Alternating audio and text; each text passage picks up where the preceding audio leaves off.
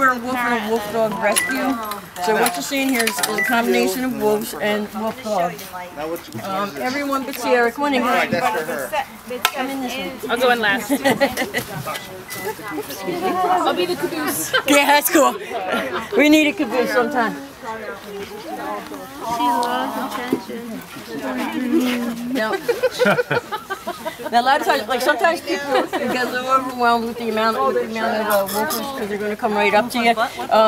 I'll tell you this, in North America, in all of recorded history, there has never been an unprovoked attack by a healthy animal on a human being, ever. It's all in the movies. The only time they do it is if they're sick and you're really close to them, you get too close to their food or too close to the pups. Basically when you're asking for and it. I'll tell you, they warn you.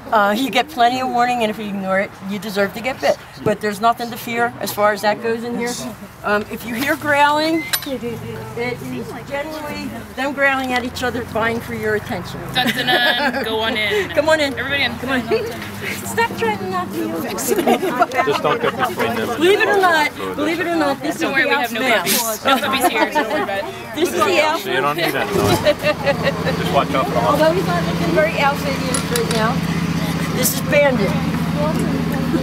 Okay. Hold up for a minute. Excuse me, folks. What's that? Coming out.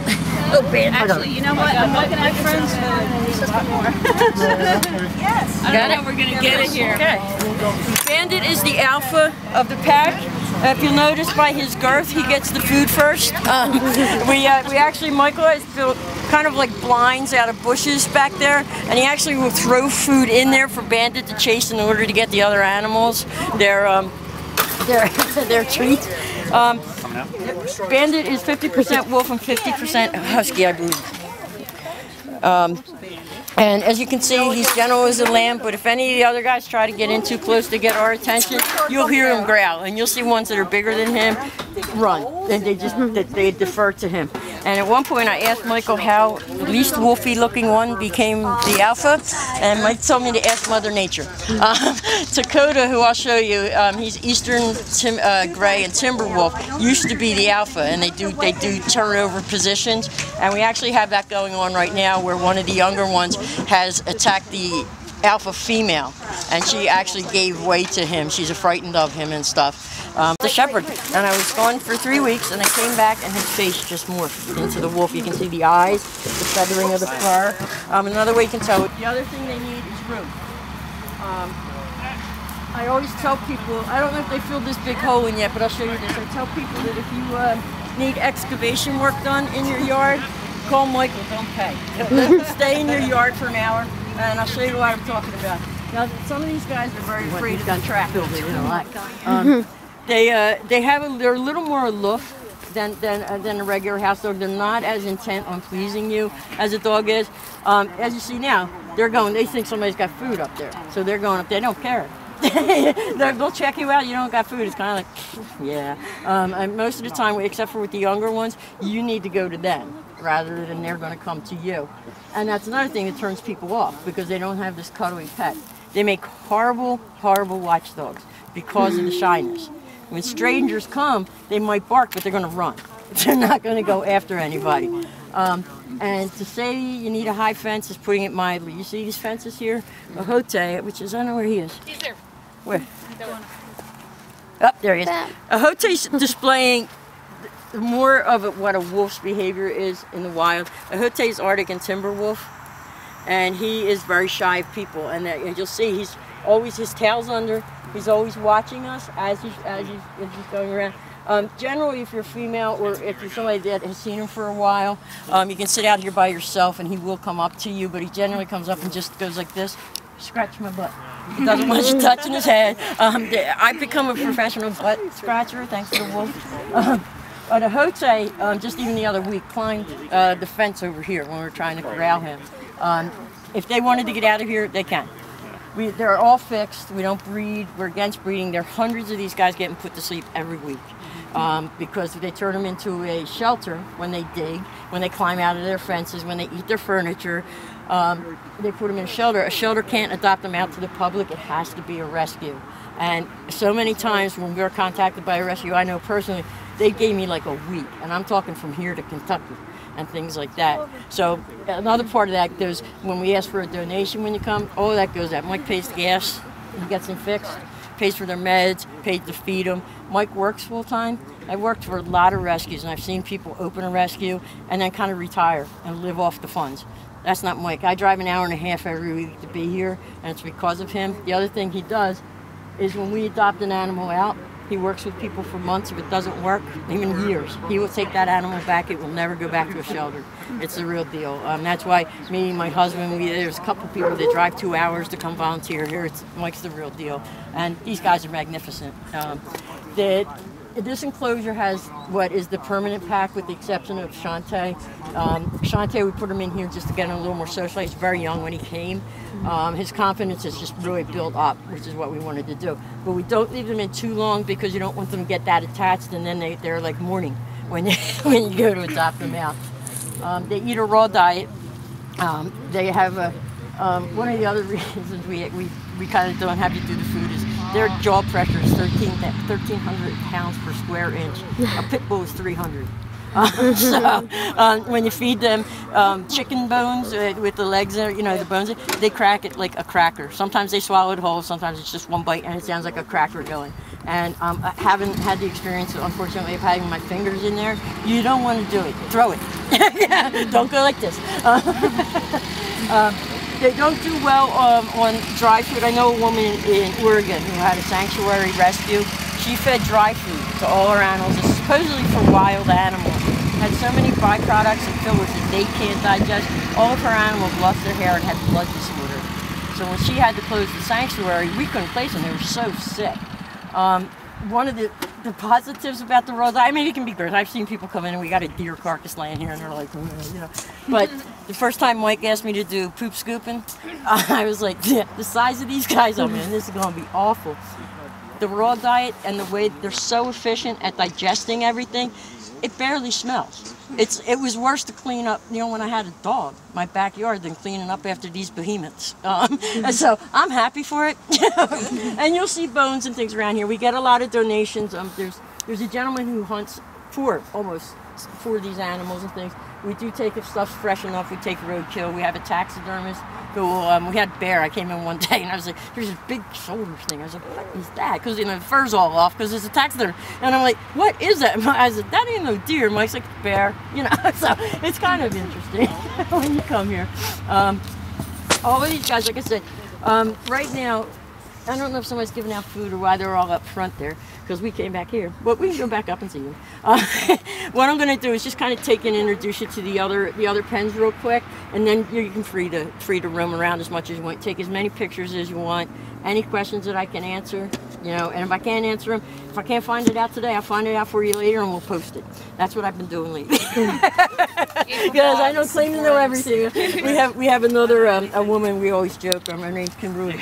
She is such an expert on wolves, like the anatomy and all that kind of stuff. And I got the rescue part down. We like it when we work together because we can just tag team. What's that about their toes? There's like even things about their teeth, how they cut like scissors, the way they're made and things like that. Would you be able to get them on the platforms so we can take pictures? I'll try to with some treats. I'll see if I can get them up there with some treats. Yeah, because when I was here like 3 weeks ago, they gave me the cheese and... Yeah, and that's the thing, is you don't really train them as much as you get them to cooperate. You know what? When it comes to food, they'll cooperate, yeah, they I'm will, sure. They will. And I'll bring some back. I'm actually going to bring treats. I was in Lancaster. What you got, Mike? Silly question. Yeah, no silly questions. Hey, Mike, can we get them up on the platform?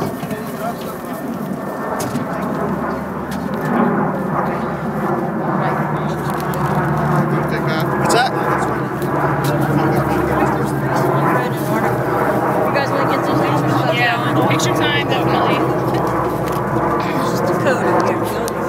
Dakota is Eastern Grain Timber. See you, oh, yeah.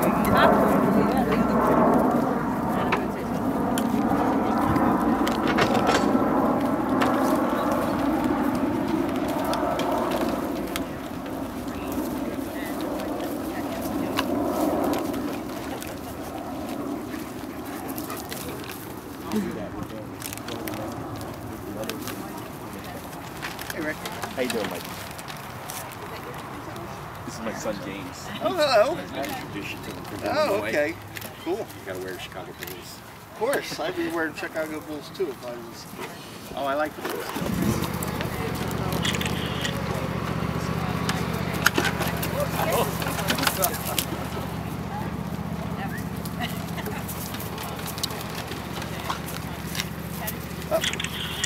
Oh, you get up there, that's for sure.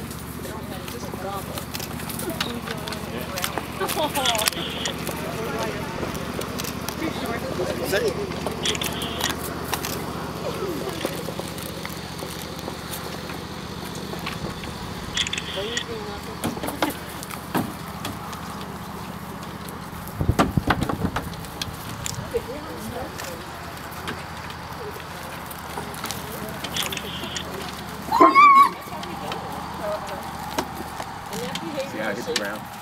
Like that ground is like natural. What? That's all natural. Oh. And if you're ever like in the middle of the pack and the ground, the best thing to do is just kind of get your hands out of the way. It's not that they're going to go after you, but your hands, yeah. Your appendages are not near the opening.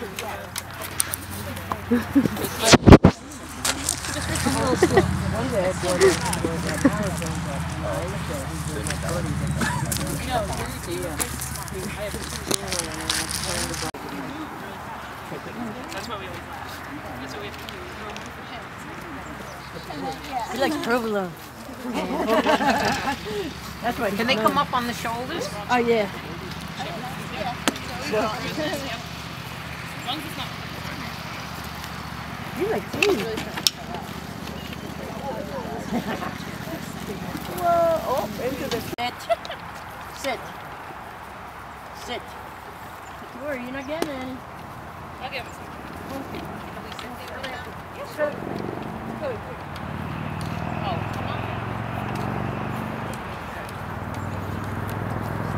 Pictures.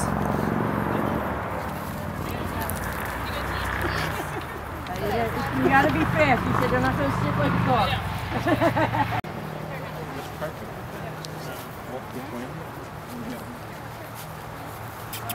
Felt like it was in a football game. Getting ready to throw the ball and rush it. That's what she said. That's exactly what she said. Just don't even turn your...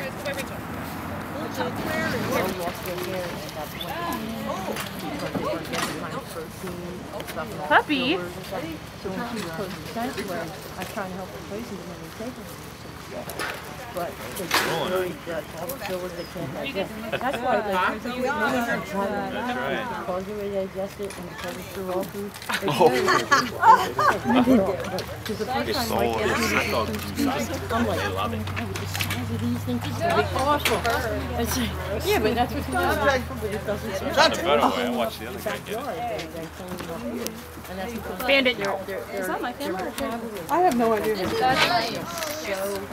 efficient that they There we go. pieces of bone come out. Yeah, you'll find them in the food. They digest. I think they break it like Wow, he got in the shot. That was really cool. Yep. All you see is one thing you see like a deer. Everybody's favorite when I have Nice jewel streak. Hey. I know you're this, I know you're the alpha. You don't have to prove it. We all know.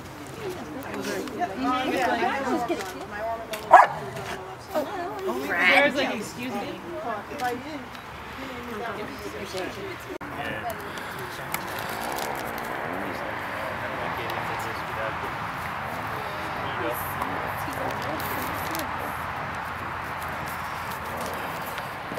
Right behind you, throw it over your shoulder. I hear you. Hold on, I'm getting it up your shins. No? Sit. We gonna go raise some heck with him? Probably a little bit. That's what it looked like, didn't it? That's what we'll protect you.